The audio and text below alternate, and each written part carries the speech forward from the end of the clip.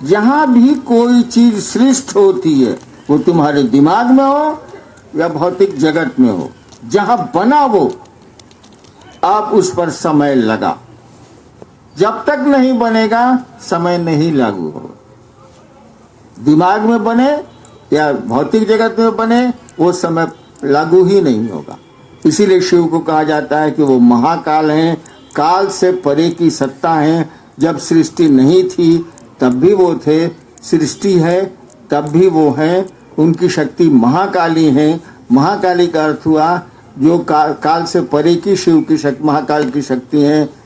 इसीलिए काली वह शक्ति है जो काल से परे की है, सृष्टि से पहले की है, शिव की है, महाकाल की है, और सृष्टि के बाद भी महाकाल है। टूट रहा है सब कुछ, खत्म हो रहा है सब कुछ, और काली भी है। इसीलिए महाकाली और काली दो शब्दों का प्रयोग होता है, दोनों का अर्थ एक ही। पहले बताइए, स्कूलवा में गए थे तो माता पिता प्रथम गुरु है, ठीक है। ये मास्टर की क्या भूमिका स्कूलवा में जो गए थे? अरे वो शैक्षणिक ज्ञान देता है, दुनिया के बारे में ज्ञान देता है। और जो गुरु शब्द का इस्तेमाल हुआ है आध्यात्म में, उसका अर्थ होता है कि जो तुम्हारे बारे में, ईश्वर के बारे में तुमको ज्ञान दे, तुमको बोध कराए, तुमको समझाए। मास्टर बताता है कि हर पल मर रहे हो, हर पल जी रहे हो, क्या मतलब उसका? पृथ्वी गोल है, सूरज स्थिर है, ये नहीं बोलता हो। अब मास्टर को ये नहीं मालूम है कि सांस आई है तो जीवन आया है, और सांस गई है तो जीवन गया है। आ गई तो ठीक है, नहीं आई तो खत्म। मास्टर को बुझाता है हर पल आप मर रहे हैं, हर पल आप जी रहे हैं, अब बड़ी बड़ी योजनाएं बना रहे हैं, नहीं बुझाता। ये ज्ञान गुरु ही देते। शिव रूपी ज्ञान से संजात एक सामान्य भावाचरण भी जगत के लिए अनुकरणीय प्रमाणित होता है। 20 साल के बाद आइएगा तो ऐसे ही सवाल करिएगा। जिन्होंने सवाल किया है वो अपने इलाके में जात पात मानते हैं? नहीं मानते। क्या हो गया?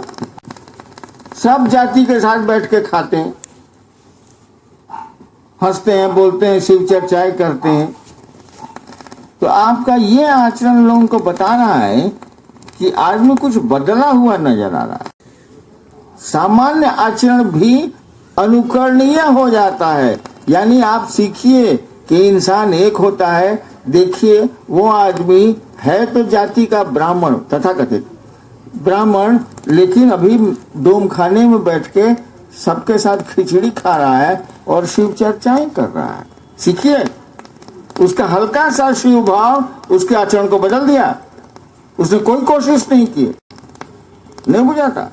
आइएगा 20 साल के बाद पूछेगा। आपसे निवेदन है कि हमारे उड़ीसा आने की कृपा करें। हमारे उड़ीसा की बहन से जो भी गलती हुई हो आपसे क्षमा चाहता है। अरे भैया, किसी से गलती नहीं होती है,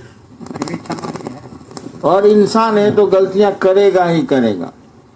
एक उर्दू का शेर है, सुनो। मैं खता करूं, मैं गलती करूं, मैं खता करूं तू बख्श करे। बकस तो ना होता, बकस दिला हमरा के भाई, बकस दो, मैं छोड़ दो। मैं खता करूं तू बख्शा करे, ये रोज का झगड़ा कौन करे? रोज हम गलती करबे करेंगे, रोज महादेव भगवती को करबे करेंगे कि माफ कर दी। क्या गलती होगी ही होगी, हम जाने अथवा न जाने। आदमी है तो जीव भाव है तो करबे करे। मैं खता करूं तू बख्शा करे, ये रोज का झगड़ा कौन करे? तू बर्क गिरा, बर्क में आसमान की बिजली, तू बर्क गिरा मैं जल जाऊं, तेरा हूं तुझ में मिल जाऊं। दिल तेरा था सौंप दिया, दिल तेरा था तुझको सौंप दिया, अब दिल का तगादा कौन करे? पैसा दे दे, नहीं तो हमारा पैसा लौटाओ, हमारा पैसा लौटाओ, तगादा। दिल तेरा था तुझको सौंप दिया, अब दिल का तगादा कौन करे? दे दिया तो साले दे दिया हमेशा के लिए, हम ना तगादा करेंगे। मैं खता करूं तू बख्शा करे, ये रोज का झगड़ा कौन करे? तू बर्क गिरा, ये रोज के झगड़े से ज्यादा अच्छा है। तू बर्फ गिरा मैं जल जाऊं तेरा हूं, तुझ में मिल जाऊं, दिल तेरा था तुझको सौंप दिया, अब दिल का तगादा कौन करे। तो खता तो हम सबसे होती है, उसके लिए कोई दिक्कत नहीं, हम भी समझते हैं, हम भी गलती करते हैं, आप भी करते, मात्र शिव ही गलती नहीं करते हैं, मात्र भगवती ही गलती नहीं करती है, बाकी सब लोग गलती करते हैं। और जहां तक जाने का सवाल है, उड़ीसा चाहे बिहार चाहे कहीं, हर जगह से निमंत्रण आता है, मैं स्वीकार करता हूं। निमंत्रण कैसे नहीं स्वीकार करिएगा, लेकिन सच्चाई पूछिए, मुझको जाने का मन नहीं करता, थक गया हूं मैं। 80 से लोगों को शिवसी से धीरे धीरे बना रहा हूं मैं। 74 में गुरु माना, 80 से अपने मन से ही काम शुरू किया, हमको कोई बोला नहीं। गुरु भी माने तो हमको कोई बोला नहीं, न किताबों से पढ़ा न सुना। 80 से मैं ये काम कर रहा हूं, और नए लोगों को भले नहीं मालूम हो, पुराने लोग इस बात को जानते हैं कि 3-4 बजे सुबह तक मैं शिव चर्चाएं करता था, और सबको खुद अपनी गाड़ी से चला चला के, ड्राइवर तो रहता नहीं था रात में, घर पहुंचाता था। इसीलिए कि शिव को गुरु मान ले, शिव को अपना समझे। आज कोई साथ नहीं है, कहते कहते मैं थक गया हूं, अब कहां जाऊं, किसको बोलूं। काम मेरा नहीं था, ये मेरे महादेव का जरूर था, वो मेरे हैं, मेरा मन समझता, भ्रम है लेकिन मेरा मन समझता है, उनका काम था ये। उन्होंने ही बाद में मुझको ये आदेश दिया, कर तो मैं पहले से रहा। तो सब ठिका हम ही ले बनी बाबू, खेत तहार, उपज तहार, चला 40 साल कोशिश करनी हो, हमसे ना हुई बात साहब। इसलिए मैं कहीं जाने को तैयार नहीं हूं, कहीं किसी से मिलने को तैयार नहीं हूं, किसी से बात करने को तैयार नहीं हूं। कोई रिजल्ट ही नहीं आया, कोई परिणाम ही नहीं आया।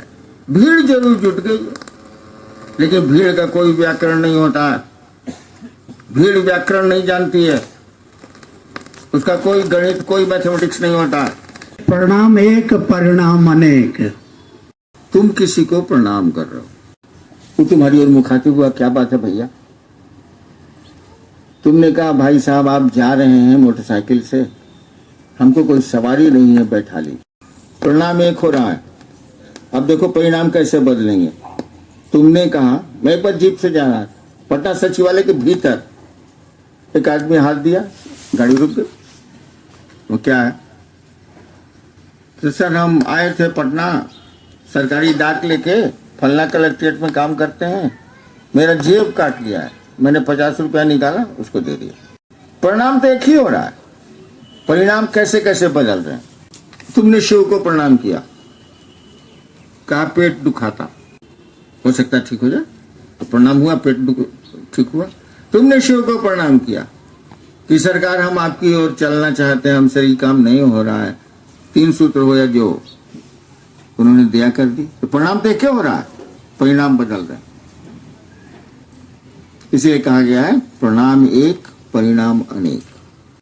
पहले तो हम कहा कि तुम कोई प्रणाम करे, तुम महादेव को उसका प्रणाम, उसको जवाब दो, लेकिन मन में सोचो कि हम महादेव को प्रणाम कर रहे। कितना लोग इतना में करता है पता नहीं, ये तो सामान्य बात है।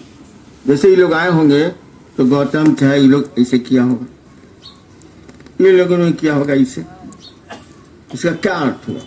अरे 150 बार आपको प्रणाम दूसरे कराते हैं गुरु महादेव को, इतना आसान काम है, नहीं करते।